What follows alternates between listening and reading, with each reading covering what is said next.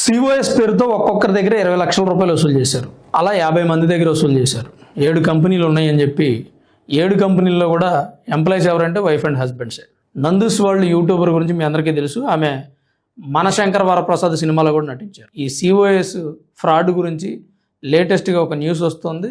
వాళ్ళ మీద చాలా ఎలిగేషన్స్ కూడా వస్తాయి. ఇండియన్ ఎంప్లాయీస్ని యూకేలో సిఓఎస్ పేరుతో మోసం చేశారని వాళ్ళు చెప్పేది ఏంటంటే, మేమంటే గిట్టని ఒక 3 ఎంప్లాయీస్ యూకేలో ఉండి మా మీద లేనిపోని ఎలిగేషన్స్ చేస్తున్నారు, వాళ్ళే యూట్యూబ్ ఛానల్స్కి డబ్బులు ఇచ్చి మాట్లాడిస్తున్నారు అని చెప్తున్నారు. మా ఫ్యామిలీ గురించి కొంతమంది వ్యక్తులు డబ్బులు పెట్టి మరీ నెగిటివ్ ప్రచారం చేస్తున్నారు పర్సనల్ గ్రడ్జ్తో.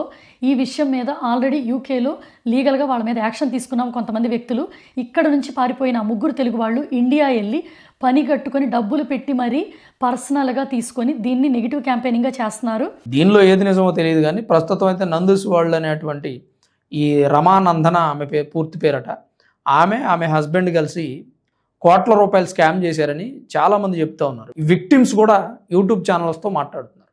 కానీ వీళ్ళు ఇదంతా ఫేక్ ఎలిగేషన్స్ అని ఖండిస్తూ ఉన్నారు. వీసా పాస్పోర్ట్ కంటే ముందు జరిగేటువంటి ఒక ప్రక్రియ ఈ సర్టిఫికేట్ ఆఫ్ స్పాన్సర్షిప్. ఈ ఎంప్లాయీకి మేమే స్పాన్సర్ చేస్తున్నామని లైసెన్స్డ్ స్పాన్సర్గా రిజిస్టర్ అయినటువంటి కంపెనీ సిఓఎస్ ఇస్తుంది.